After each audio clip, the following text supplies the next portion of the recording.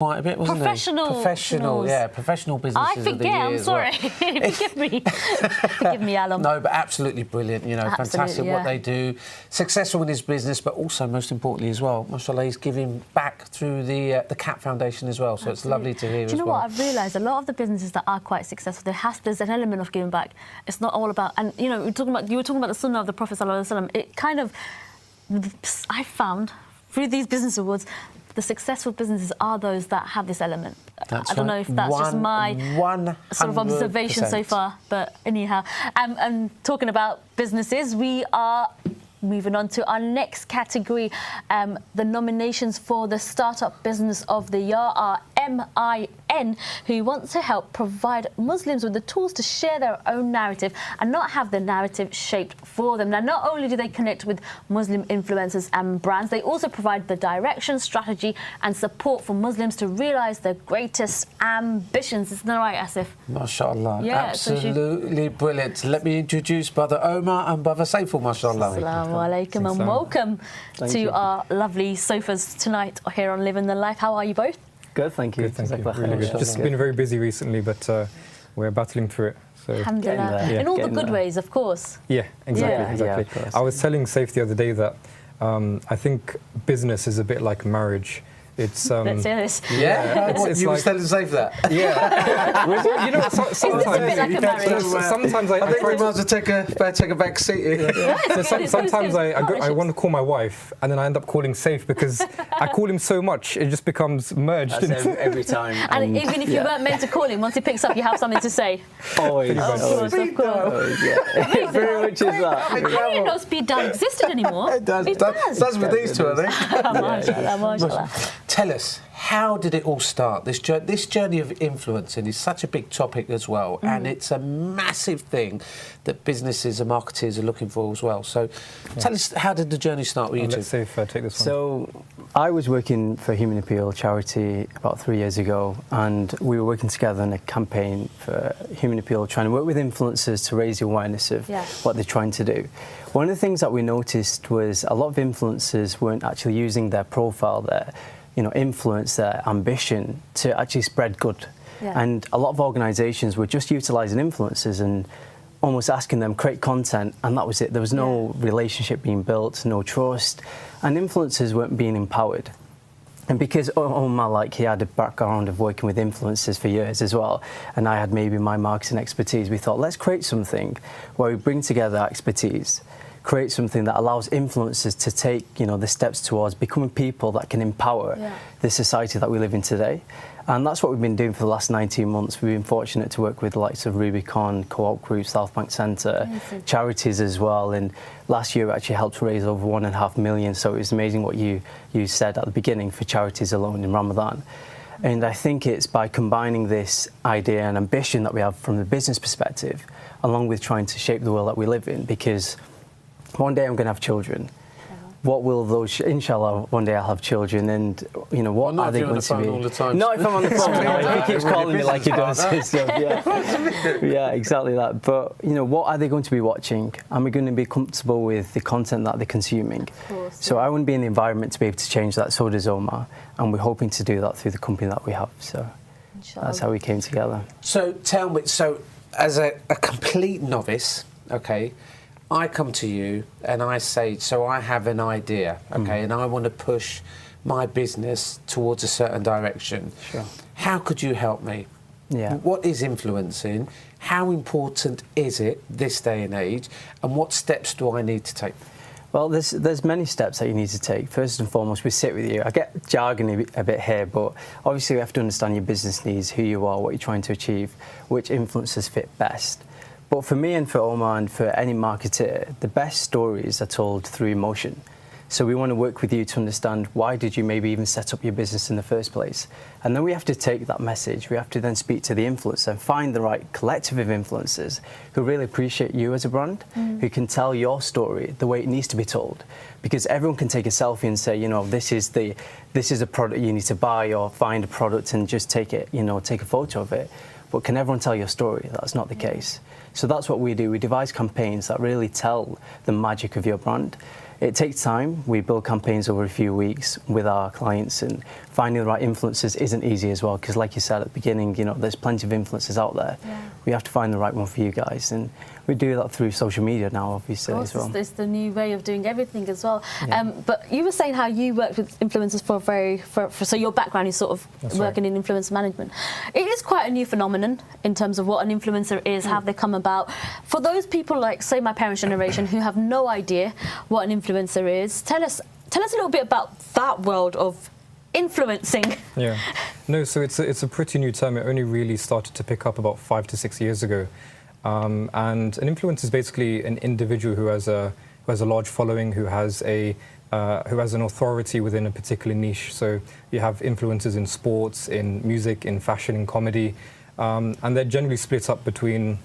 You have micro-influencers who are, you know, maybe between 10 to 100,000 followers online. Then you have macro-influencers who are 100,000 to 1 million. Sometimes over 1 million, you'll call them a celebrity. But there's a new term as well called nano-influencers now. And these are people who just have a few thousand followers, but they have a real influence over their few thousand followers. So there was a nappy company recently, and they decided to use mothers who only have a couple of thousand followers because they know that their audience are very invested and trust those mothers who have a few thousand following. So it's influencer marketing has really taken off over the past few years, and in particular, mainstream brands are now looking to tap into the Muslim space, and the Muslim economy, the Muslim market is now worth at least $3 trillion. $3 trillion. It's a massive market, and that's why the likes of, you know, Gucci and H&M and Nike and Google and Facebook, they're all tapping into this market because they know that the Muslim market is almost 2 billion people. It's worth $3 trillion. So why wouldn't you want a piece of it? You know. So I'm playing devil's advocate here to a business, a startup business, okay, who are cash striped always in the beginning, a little bit scared to spend out in terms of their marketing as well.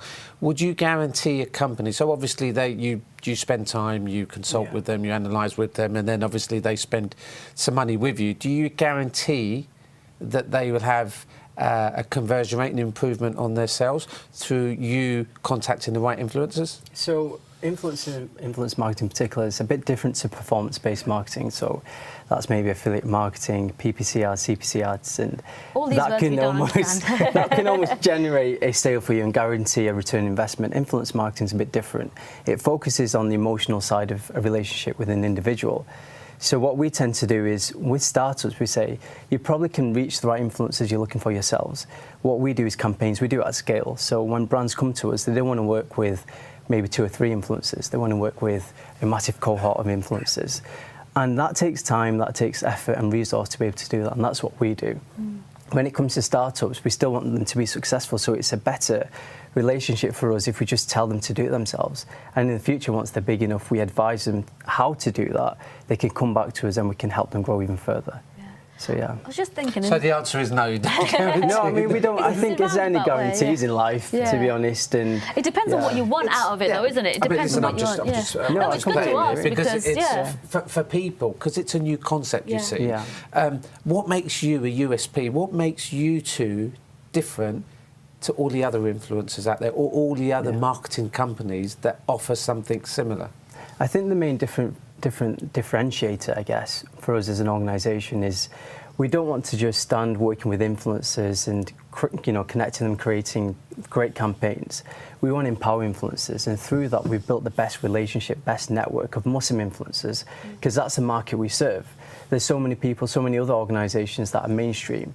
We just focus on the halal economy. And there's a lot of nuances that you need to know. You know, if you're speaking to a particular demographic, you need to know how they think, how they breathe, how they act, how they react to certain campaigns. We've spent a lot of time understanding the needs of the Muslim audience. But what makes us different is we are, I'm pretty selfish, I like to believe. I'd like to believe we're all a bit selfish. I want to leave the best legacy, legacy in front of Allah subhanahu wa ta'ala, where we're going to stand one day and we're going to have to be able to answer to him. The only way I can do anything good, I believe, to a certain extent anyway, is through my marketing skills. And that's what I do. We create campaigns, relationships with brands, with influencers to help empower them to use their platform to make the change that we want to see. And that's what makes us different, because we're a purpose-led organisation. Based on what you've said, the world of influencing and social media can be seen as quite narcissistic, quite self-serving, and what it sounds like, actually, you try and move away from that sort of image or that vibe, or you know, it's all about me, me, me, me. Look at me, look at what I'm doing. But actually use that following to maybe make an impact or make a change in the world somehow, in some way, shape, or form. That's right. I mean, we actually like to work with influencers who we believe are actually promoting something good, who are trying to create social change. Even the influencers who we put on our own Instagram, if we don't really feel that they're offering that much other than narcissism and just putting selfies all the time. There's nothing wrong with selfies, but if you're trying to do something good, we'll feature you. If we feel that you're in it kind of just for yourself, we may not feature you on a page.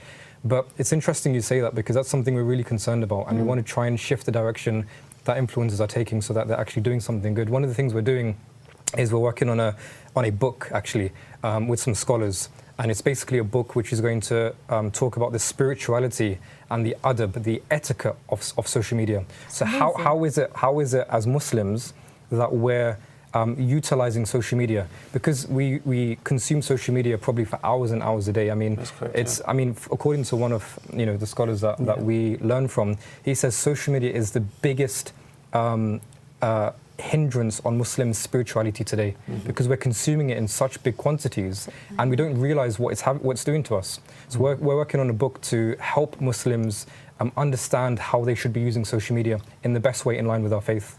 I want to read that book, because it sounds like something definitely that's needed in our day and age, for sure. It's clear. I mean, do you know, it's a very, very valid point as well, because kids, you know, even adults now, everybody is on social media, and it has a defined effect on how you live your life. You know, the moment you get up, you're looking at your phone. The moment you go to sleep, you're looking at your phone, and then your moods are changed by how many likes you've had, how many dislikes you've had. You've put a post out, you might feel as if no one likes what I'm, you know, so it has a massive effect, and especially for young children as well. There's a survey that you came across recently, wasn't there, about children waking up in the night? Yeah, there's over 40% of children are waking up in the middle of the night to check their phone in the fear of missing out. Can you imagine where we're going to be in a few years' time if we don't start doing something about it? So that's what we're here for. It's nice to hear that responsible side of things that you're also trying to achieve within this. Just to move things forward a little bit, we are here to talk about the Business Awards a little bit. It's great to hear about everything you're doing. So the Islam Channel Business Awards are tomorrow, and you are one of the nominees for the startup companies.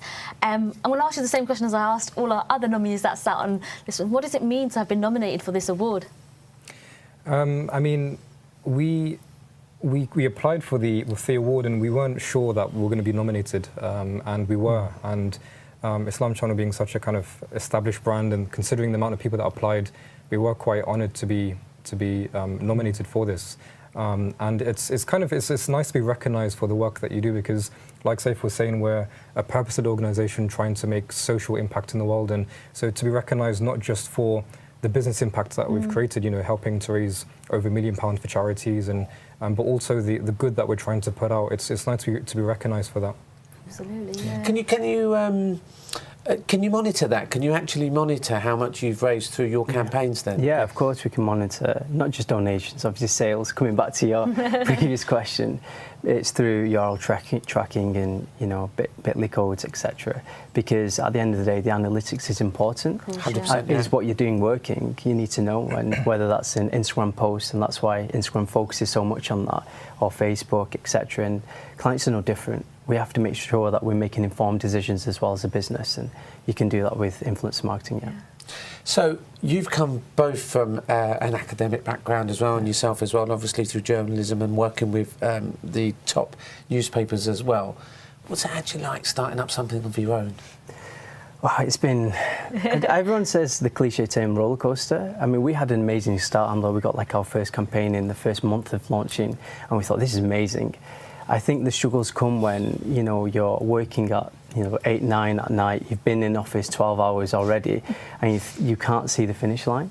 But you know that there's a finish line there. You know that the light's there and that you're working towards something bigger. And then once you achieve that milestone, you're just thinking, okay, what's the next one? How do I keep going so that when I leave this, you know, leave the earth that we live in today, that I'm leaving with the best legacy? And that's what keeps us hungry. We have our team come up, you know, from London the other day. Omar came with the lads, and it was so nice because everyone was together, and we have staff members committing the same amount of hours we are without asking them, because they can see the vision.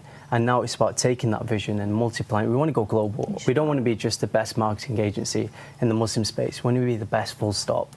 And it's by having this ambition, this drive, that keeps this journey going for us and makes it kind of worthwhile. So yeah. I mean, my next question was going to be where next, but you've just said that global. And inshallah you hit that not too in the far future. Very quickly, we are about to wrap up, but if people wanted to get in touch, if there's influencers out there, how do they get in touch with yourselves? Yeah, so they can go on our website and they can apply as well. And there's email address on the website.